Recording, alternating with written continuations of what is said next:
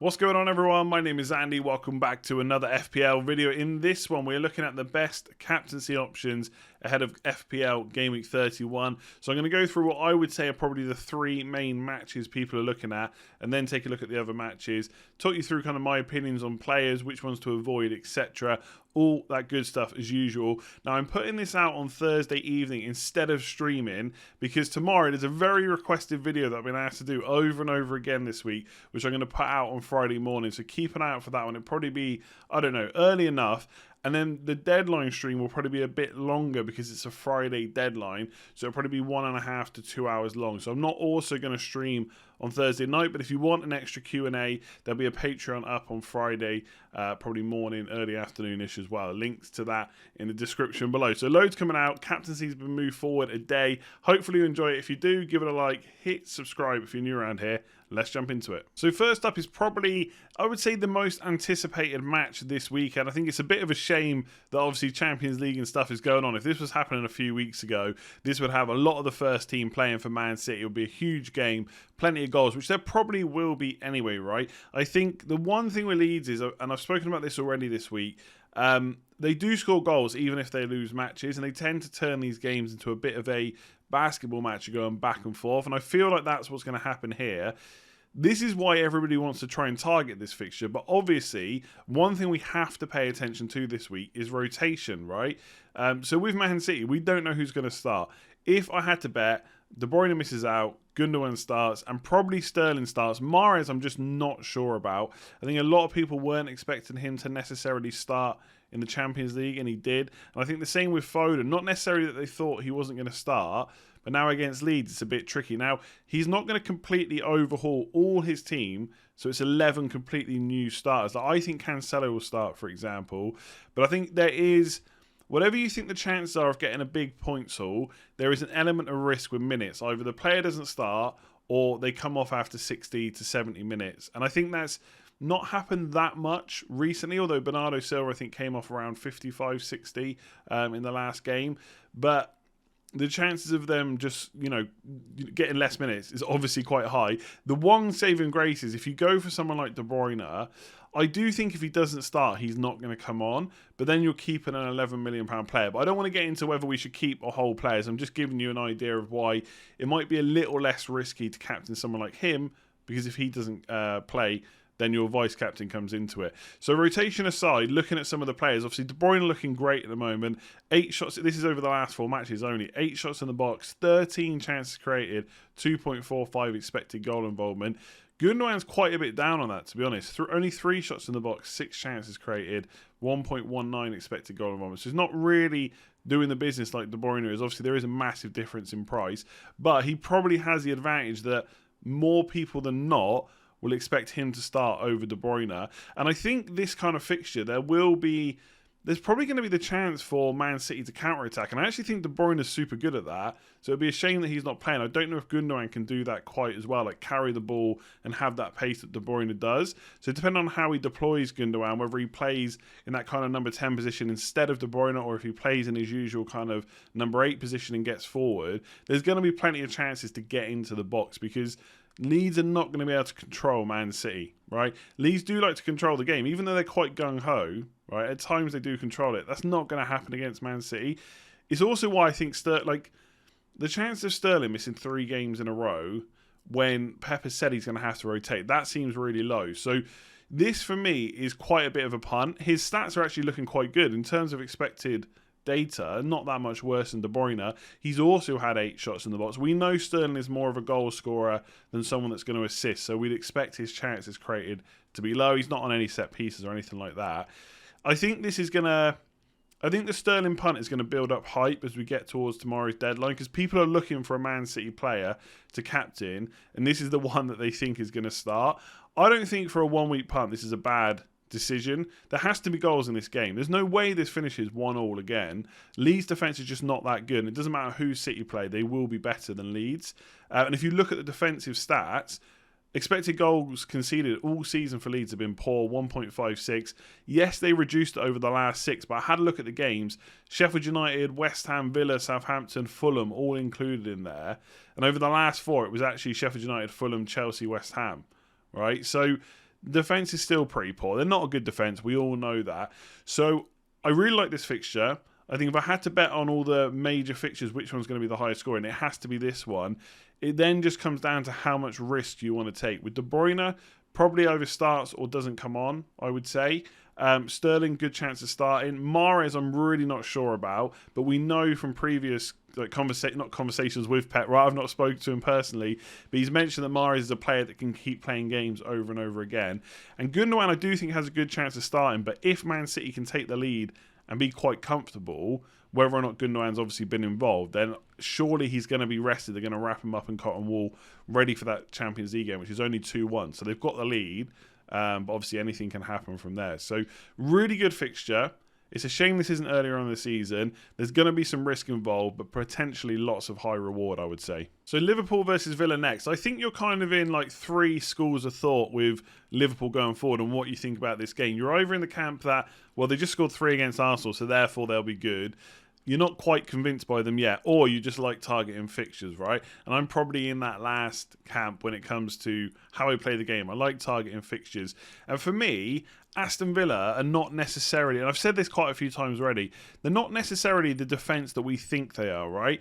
So post-lockdown, they were really good, right? They were much better than like the previous 30 game weeks.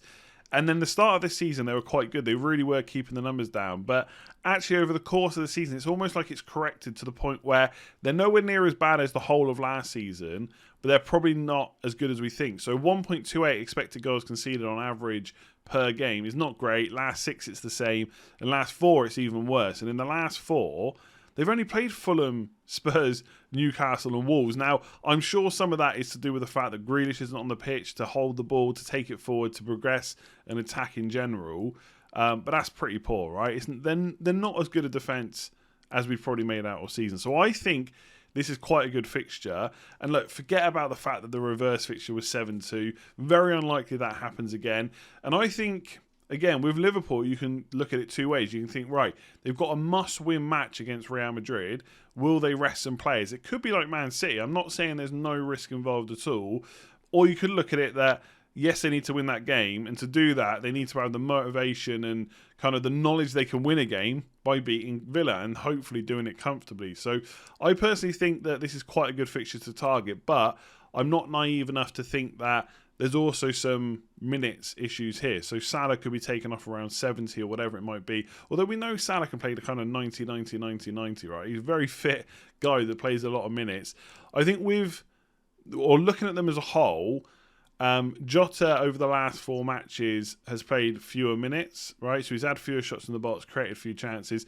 In general, he's not a very creative player. Salah is more likely to have almost as many shots and also create quite a bit, although even he hasn't been doing it recently. So I don't think many people have got Mane, so I'm not going to spend too much time on him. I think that if you're deciding between him or Salah, it's a no-brainer. It has to be Salah. He's on penalties.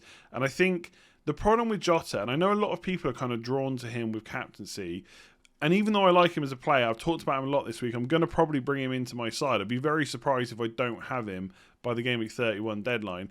There's always going to be that worry when the team sheet comes out that he's not on it.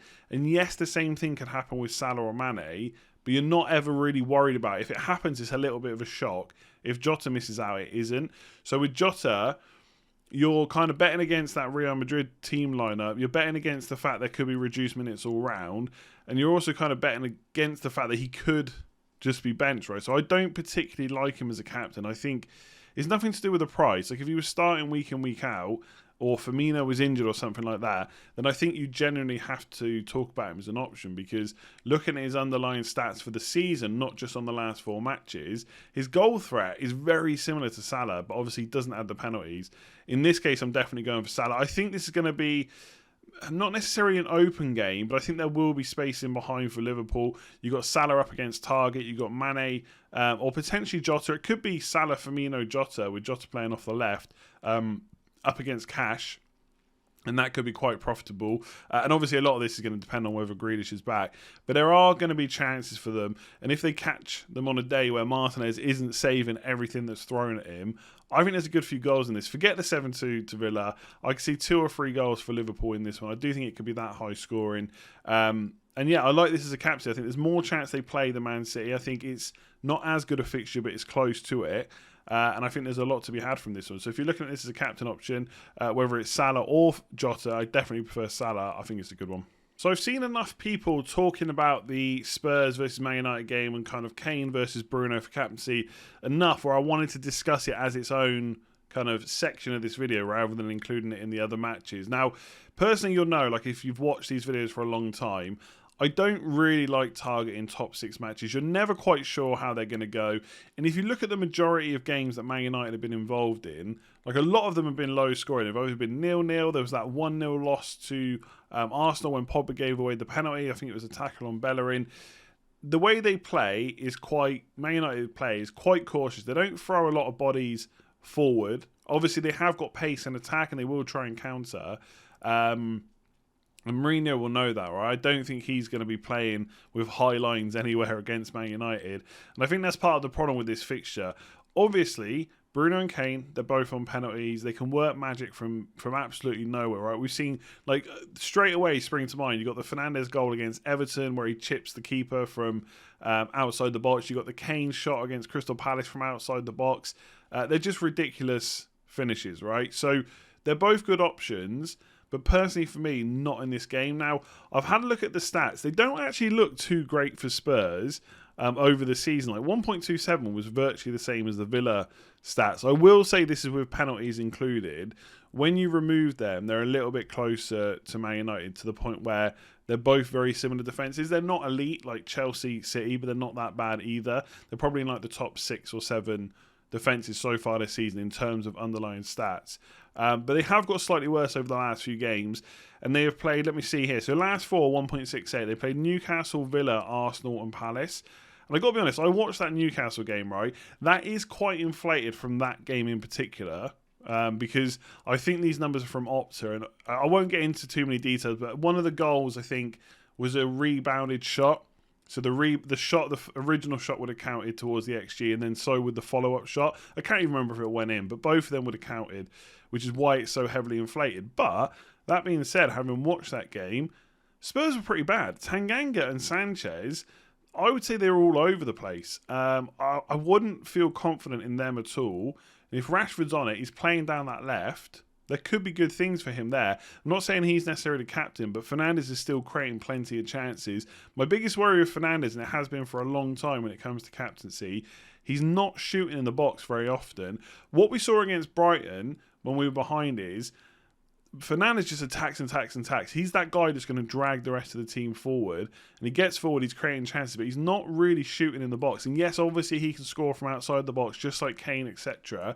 But it's much harder to do that. His expected goal involvement's quite high, 1.84. But look at Kane's, 4.43. Most of that is from goal threat as well. And I've even taken out the penalty, right? If you include the penalty from Villa, it's even higher than that as well.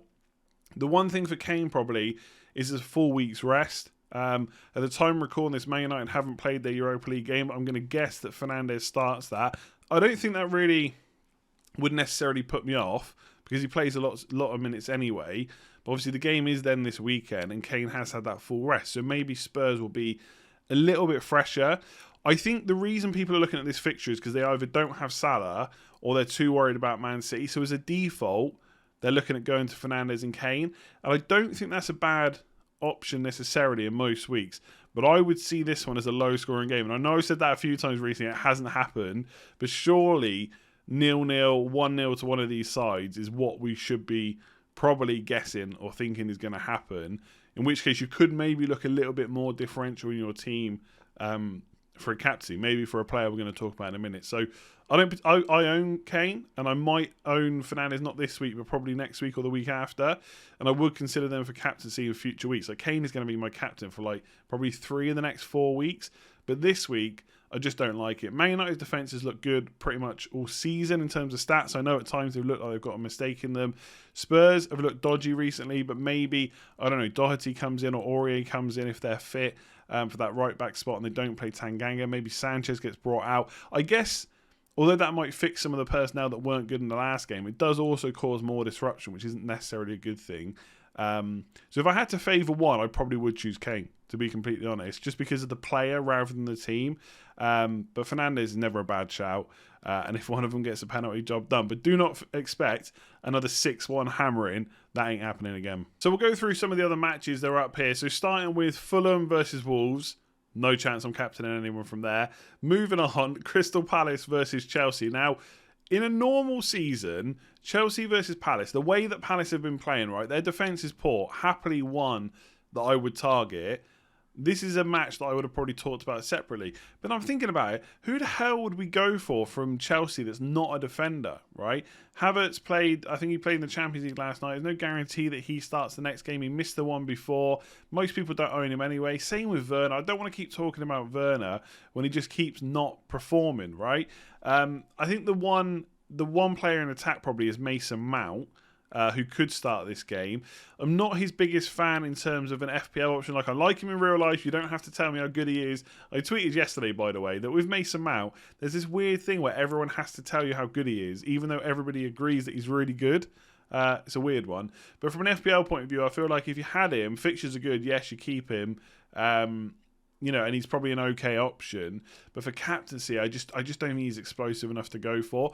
Marcus Alonso's the one, right? Let's be honest. Didn't work out too well for people last week. Very weird game. The key question is Tuchel going to keep rotating as we've seen? So a lot of people now think, and to be fair, some of them said this before last week, so fair play. The Chilwell will play the Champions League. Alonso will play Alonso will play against West Brom because Chilwell will play in the Champions League, which means Alonso will probably play against Palace because Chilwell will then play in the Champions League and probably the FA Cup semi-final as well. So in terms of an FPL option, Alonso looks quite good this week. Crystal Palace are not that great going forward. Forget about last week. As long as Chelsea don't get a red card, they should be fine. One of the best defences so far this year. And we know how attacking Alonso is. So if you really wanted to go punty, I like it. I wouldn't be put off by last week at all. Burnley versus Newcastle. Vidra, Chris Wood. Nah, not for me. West Ham versus Leicester. So it looks like Antonio is going to be out for a little while. Same with Rice. So Lingard... without Antonio in front of him. I mean, Lingard's been brilliant, but it's not really... maybe he should be a captain option with the amount of points he scored, but I would predict that will start to come down soon. Leicester are no pushovers either. Vardy and Iheanacho, look, I wouldn't have said a few weeks ago about targeting West Ham, and their defence has been pretty solid for most of the season, but without Rice, right, there are maybe ways to expose them. And I'm not saying Noble played bad, but Leicester is a totally different attack to Wolves. And the Iheanacho and Vardy could both be options against West Ham. So I wouldn't rule them out as potential differential captains. Same with Arsenal. I know a lot of people are liking Lacazette at the moment in particular. I've had a look. He started 4 of the last 5. So not a bad shout. Sheffield United are a team there for the taking. I know Leeds didn't necessarily put as many goals past them as we would have hoped. If you've got Lacazette, you could look at him as a differential. Maybe Aubameyang. For Arsenal, and probably Man United, to be fair, I didn't mention this just a minute ago. We need to look at the Europa League lineups and try and work things out from there. Elsewhere, look, Pereira at West Brom, we're not going to him for captaincy. Danny Ings maybe as an outside shot. And then I wouldn't captain any Everton players against Brighton. They're just not scoring enough goals. And I just don't think... I actually think Brighton will probably win this game, to be honest with you. But I don't think anyone should be looking at this as a captaincy option. So Marcus Alonso, big differential punt. Maybe Lacazette, Aubameyang, depending on the fixture tonight. And I think Vardy and Iheanacho probably shouldn't be overlooked against a defence that have shipped 5 goals in the last 2 games and don't have Declan Rice and don't have Antonio. There we go. That is it for captaincy. Please do give it a like if you enjoy it and hit that subscribe button. I reckon we can get to 149k by the Game Week 31 deadline. That just leaves us 7 more weeks to get to 150k. We should be doable, I know, but I'd like to get there as soon as possible. Let me know in the comments below who you are captaining this week. I think there'll be quite a few Salahs. Who's risking it with Man City and who's just defaulting to Kane and Fernandes, or are you going completely different? Like I said, this is going out this evening to make room tomorrow morning for another video. I'll also have the Patreon Q&A tomorrow morning as well if you want to check that out, and a deadline stream which will probably be, like I said, 1.5 to 2 hours long. Given that it's wildcard week, that's probably worth doing. So I'll definitely be doing that. Make sure you hit that notification bell. Otherwise, enjoy the rest of your evening if you're watching this on Thursday, or enjoy your Friday if you're watching it then. I will see you soon.